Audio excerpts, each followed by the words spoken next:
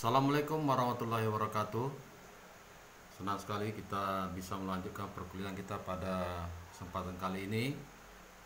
Dan topik yang menarik yang akan kita bahas yaitu mengenai Pancasila dalam konteks ketatanegaraan, di mana nanti kita akan bicara tentang konsep negara hukum Pancasila, bagaimana Pancasila sebagai paradigma pembangunan hukum, yang mana Pancasila juga nanti disebut sebagai Grundnorm atau Stat Fundamental Norm, ya, atau norma dasar bernegara.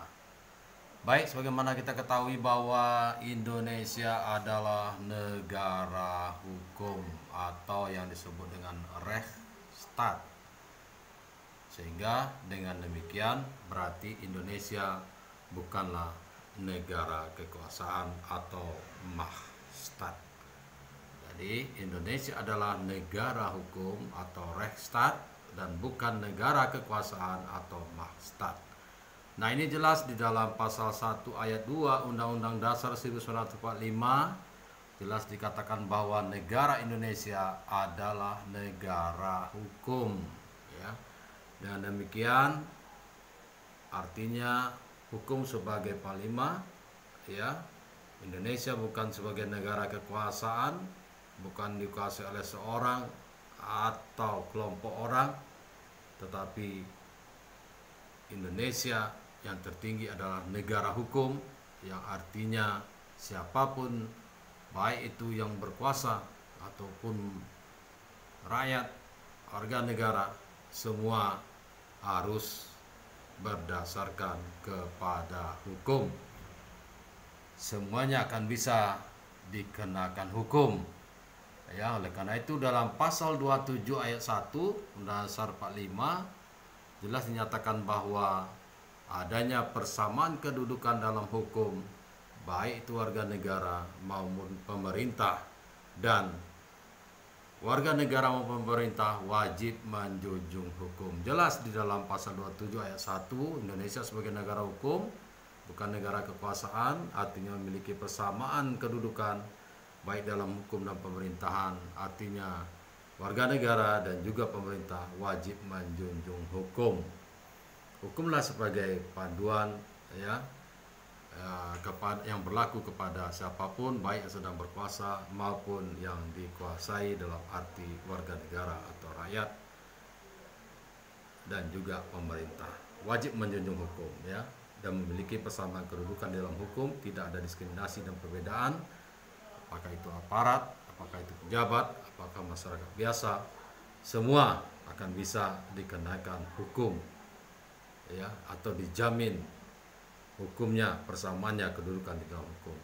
Selanjutnya juga di dalam pasal 28 ayat 5 Undang-Undang Dasar 45 juga itu menandakan Indonesia negara hukum, di mana prinsip negara hukum yang demokratis disebutkan di situ adalah adanya penegakan hak asasi manusia. Indonesia menjalankan prinsip negara hukum yang demokratis. Nah, oleh karena itu maka segala aspek kehidupan, kemasyarakatan, kenegaraan, dan pemerintahan harus senantiasa berdasarkan hukum. Nah, oleh karena itu di dalam pembukaan Undang-Undang 45 jelas dinyatakan bahwa Pancasila itu adalah sumber dari segala sumber hukum.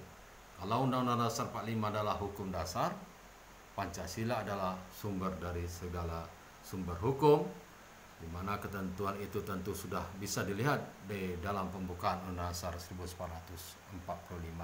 Nah, bagaimana sebenarnya konsep hukum, konsep negara hukum Pancasila?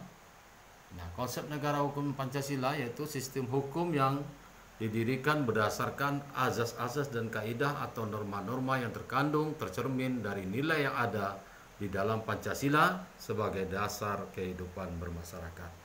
Jadi konsep negara hukum Pancasila adalah sistem hukum yang didirikan berdasarkan azas-azas dan kaidah atau norma-norma yang tercermin dari nilai yang ada di dalam Pancasila sebagai dasar kehidupan bermasyarakat.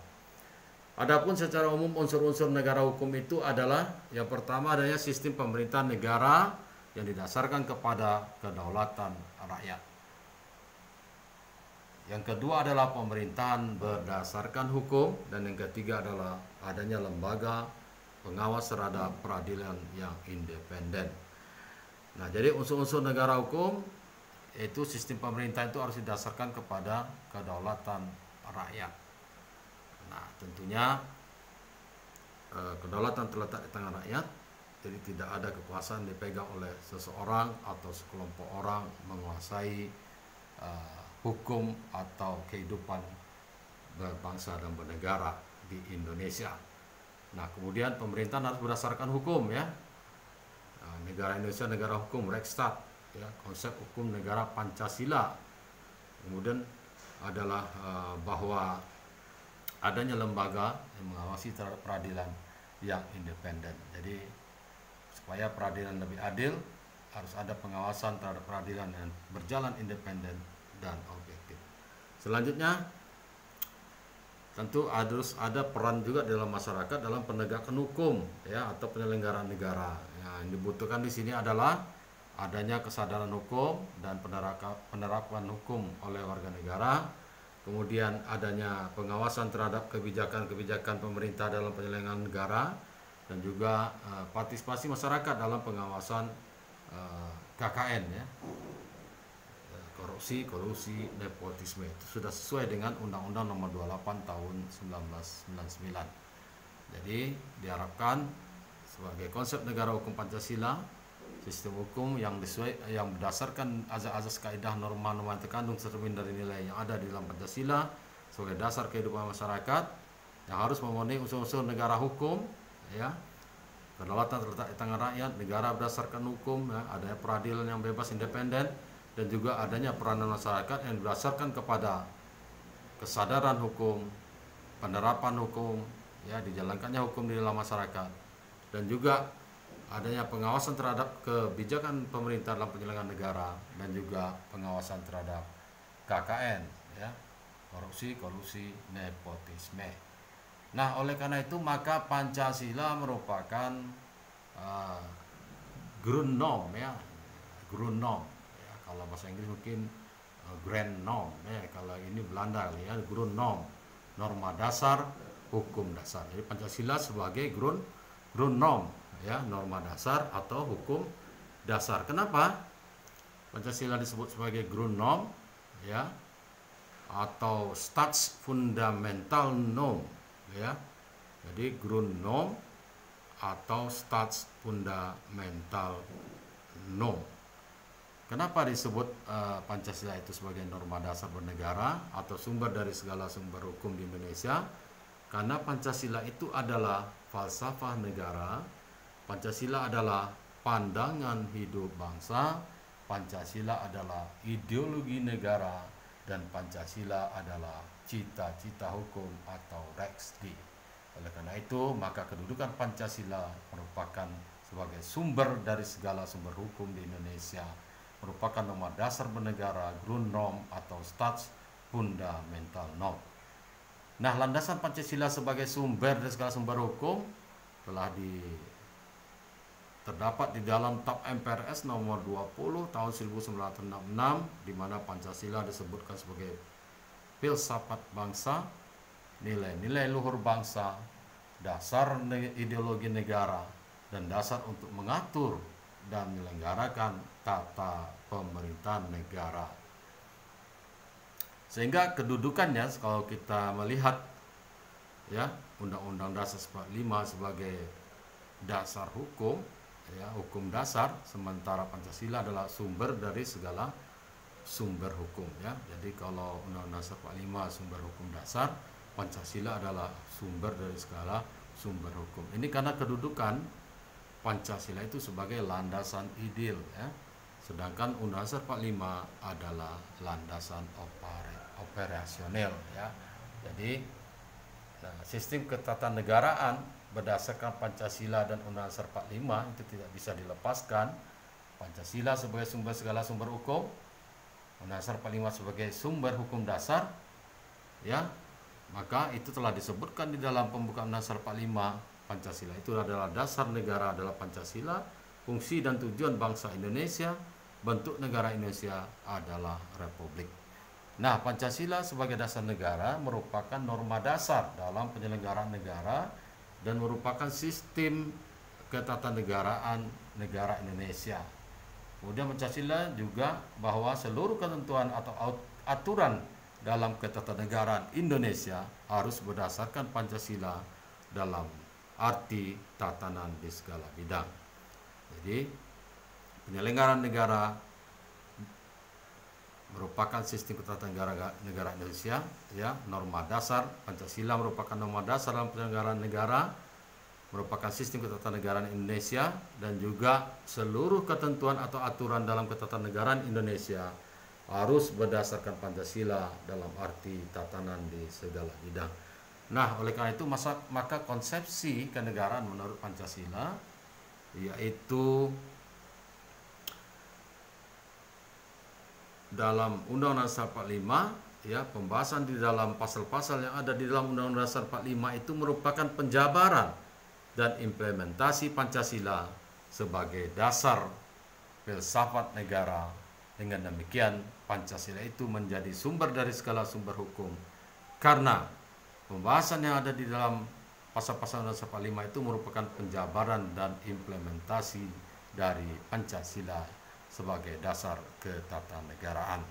Nah, oleh karena itu Undang-Undang Dasar merupakan sumber hukum dasar, sumber hukum tertinggi, tetapi Pancasila merupakan sumber dari segala sumber hukum. Tidak ada satupun hukum yang boleh bertentangan dengan nilai-nilai Pancasila, atau peraturan perundangan tentu harus sesuai dengan nilai-nilai Pancasila. Nah, oleh karena itu dalam Undang-Undang Nomor 12 Tahun 2011 tentang pembentukan peraturan perundang-undangan secara jelas telah disebutkan dalam pasal-pasalnya, di mana Pancasila merupakan sumber segala sumber hukum negara. Jelas di dalam pasal 2 disebutkan Pancasila merupakan sumber segala sumber hukum negara. Kemudian di pasal 3 dijelaskan lagi bahwa Undang-Undang Dasar Negara Republik Indonesia 1945 merupakan hukum dasar dalam peraturan perundang-undangan. Jadi ingat, pasal 2 menyebutkan Pancasila adalah sumber dari segala sumber hukum negara, sedangkan pasal 3 Undang-Undang Dasar 45 adalah hukum dasar dari dalam peraturan perundang-undangan. Jadi bedakan antara sumber hukum dasar dengan sumber segala sumber hukum negara. Nah, di pasal 7 juga disebutkan jenis dan hierarki dalam pembentukan peraturan perundangan. Undang-Undang Dasar 1945, kemudian di bawahnya TAP MPR, kemudian undang-undang atau peraturan pemerintah pengganti undang-undang, kemudian di bawahnya adalah peraturan pemerintah, kemudian adalah peraturan presiden, di bawahnya lagi adalah peraturan daerah provinsi, dan di bawahnya lagi adalah peraturan daerah kabupaten kota. Itu diatur di dalam pasal 7 mengenai hierarki, jenis dan hierarki dalam pembentukan peraturan perundang-undangan. Nah, Undang-Undang Dasar 45 sebagai hukum dasar, sumber hukum dasar tertinggi. Tetapi harus ingat bahwa segala peraturan perundang-undangan Pancasila merupakan sumber segala sumber hukum negara. Jadi tidak ada peraturan-peraturan yang dibuat, ya, sesuai hierarki tadi boleh bertentangan dengan Pancasila, ya, sebagai sumber dari segala sumber hukum.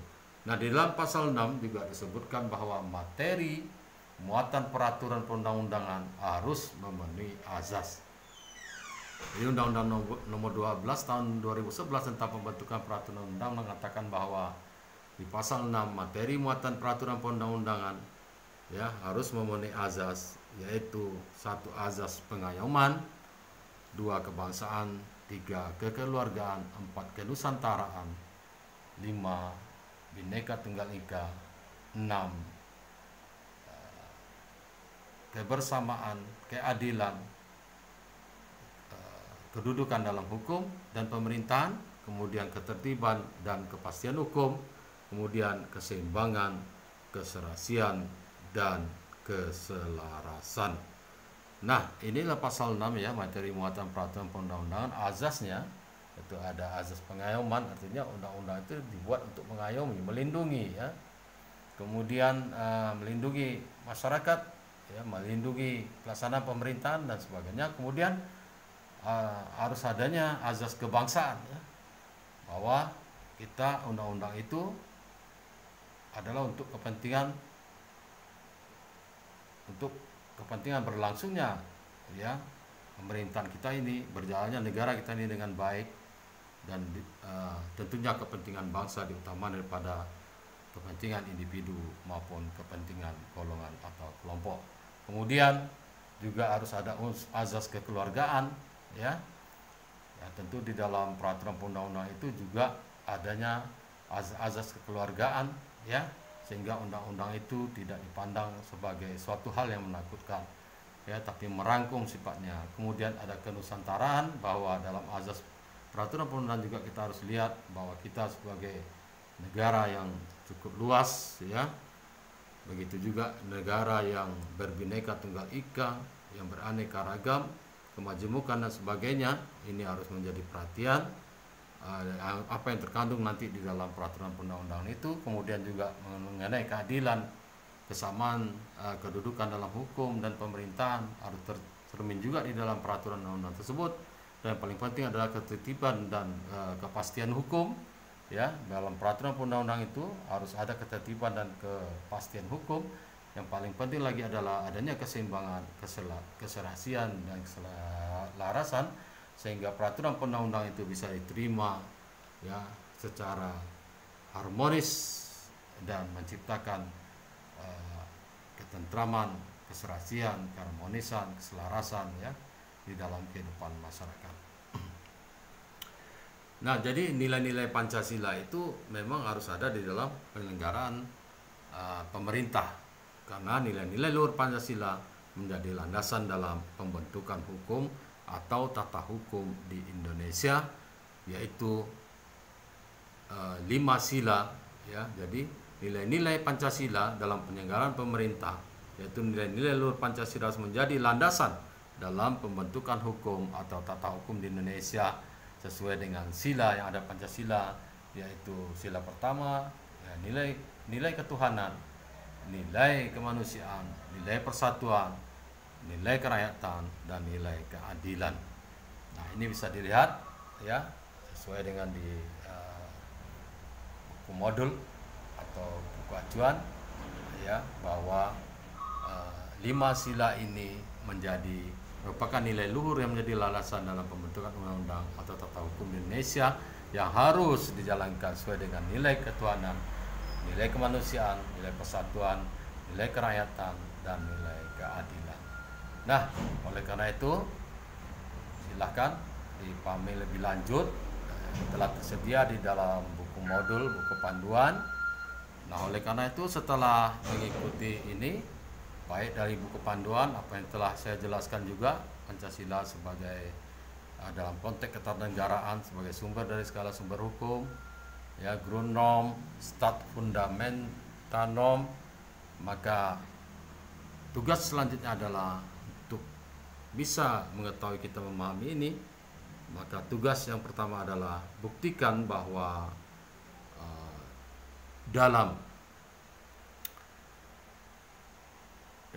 buktikan bahwa Indonesia adalah negara hukum berdasarkan Pancasila yang demokratis. Nah, jadi apakah betul Indonesia ini sekarang sudah berjalan, sudah sesuai, ya, dengan konsep Indonesia sebagai negara hukum Pancasila yang demokratis, ya. Apakah itu pendapatnya telah sesuai atau belum sesuai? Tentunya diberikan argumentasi yang jelas, ya, dibuktikan bahwa Indonesia ini adalah negara hukum Pancasila yang demokratis. Apakah itu sudah berjalan atau belum? Tentu dengan memberikan argumen yang tepat. Kemudian yang kedua adalah buktikan bahwa azas-azas peraturan perundangan Indonesia sudah sesuai dengan azas-azas yang ada di dalam nilai-nilai luhur Pancasila. Buktikan bahwa peraturan perundang-undangan Indonesia apakah sudah atau belum sesuai dengan azas-azas atau dengan nilai-nilai luhur Pancasila. Baik, demikian saja. Terima kasih. Mudah-mudahan bisa dipahami. Sukses selalu. Sampai jumpa di kesempatan akan datang. Assalamualaikum warahmatullahi wabarakatuh.